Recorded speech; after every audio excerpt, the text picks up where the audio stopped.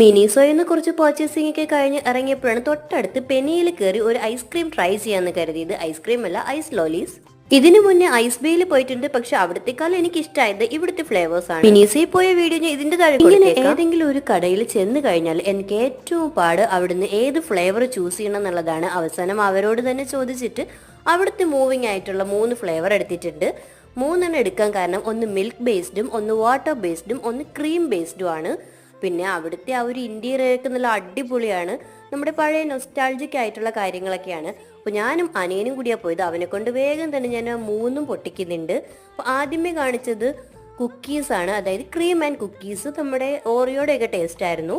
രണ്ടാമത് എടുത്തത് milk flavour ആണ്, റോസ് മിൽക്ക് ആണ്. അപ്പം മിൽക്ക് ബേസ്ഡ് ആയിട്ടുള്ളതാണ്, നമ്മുടെ റോസ് വാട്ടർ. മൂന്നാമത് ട്രോപ്പിക്കൽ ഗ്രേപ്പ്, വാട്ടർ ബേസ്ഡ് ആയിട്ടുള്ളതാണ്. എല്ലാ ഫ്ലേവറും അടിപൊളിയാണ്. നിങ്ങളും പെനി സ്റ്റോർ കാണുകയാണെങ്കിൽ ജസ്റ്റ് ഒന്ന് കയറി ട്രൈ ചെയ്ത് നോക്കും.